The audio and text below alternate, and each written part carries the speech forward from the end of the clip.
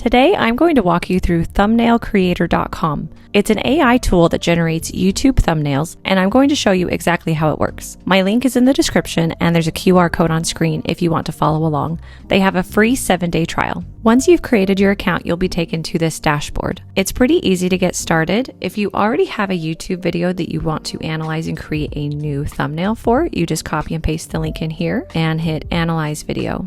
It will give you a few prompts that you can add, which format you want the thumbnail to be, how many variants you want to see, if you want a custom headline on the thumbnail, and any creative direction in it. You can also add face photos here, add pictures of products here, and you can use a reference image or saved styles. Or without filling any of that out, you can also just hit generate. It usually takes about 2 minutes for it to generate the thumbnails. It will pull up a preview of the current thumbnail. So this is what I currently have for my video. So it just generated the thumbnails, and this is what it came up with. I probably like this one the most, so I'm going to select edit. And for this one, I want an image of a woman on the thumbnail. It just gives it a more personalized approach. So I'm going to tell the AI in the chat here to add that in and hit enter. One of my favorite things about this app is that when I enter in a chat to make edits, it's not using credits. And that's different than a lot of other thumbnail apps that I've used, where every single time I ask it to make a change, it uses credits, whereas this one doesn't, which is really nice. I've generated quite a few thumbnails with this app, and I haven't even used 10 credits yet. And as you can see, once it generates a thumbnail, you can also choose one of these options here to improve it. So you can auto optimize for click-through rate, brighten, bolder text, punchier colors, upscale, or think of title ideas. For this one, I'm going to say auto optimize for click-through rate. And usually when you select one of these, it does have the tendency to use a credit. So I'll say yes, optimize for 1 credit. Whereas if you just type a prompt, a lot of times it doesn't use a credit, but using one of these auto prompts does.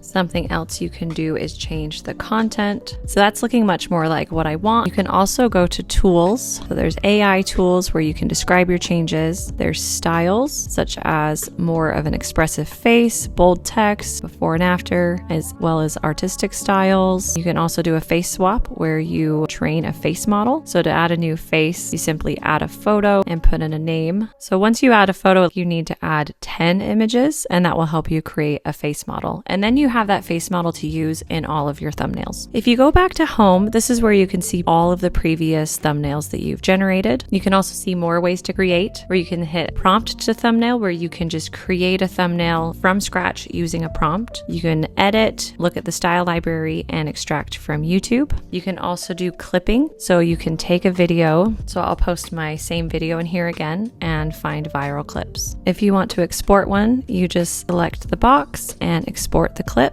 On the left-hand side, you can see the different features. You can see how many credits you have. This is where you can start a new thumbnail using your YouTube video. You can also scroll down to see other options like the AI thumbnail generator, variation generator for A/B testing, and image to thumbnail, where you put an image in there and it creates a thumbnail. If you go to the video icon, this is where you can edit from a single video or do batch processing, where you do multiple thumbnails when you paste multiple URLs here. This is where you can do it with a prompt. You can just describe with text and it will create a thumbnail from scratch. You can go to this from an image edit. This is where you can add a YouTube video or upload the file. There are also templates. So you can just browse templates. You can search. You can select by category and scroll through different thumbnail templates to use. And you can just open an editor, and same thing as editing the thumbnails before, you would just describe what you want to edit here. So if you want to change the text and add images, you would just add that in here. You can also go to your thumbnails. This is all the previous thumbnails that you've generated in the program. You can also create collections, which will help you stay organized to know all of the different thumbnails you've created. There's other features such as trending and video ideation, AI clips, which we already did when we created clips, which we can see here. You can also repurpose content, such as a blog post, email newsletter, infographics, social media posts, and video clips. And here is where you can see your profile, billing, themes, and settings.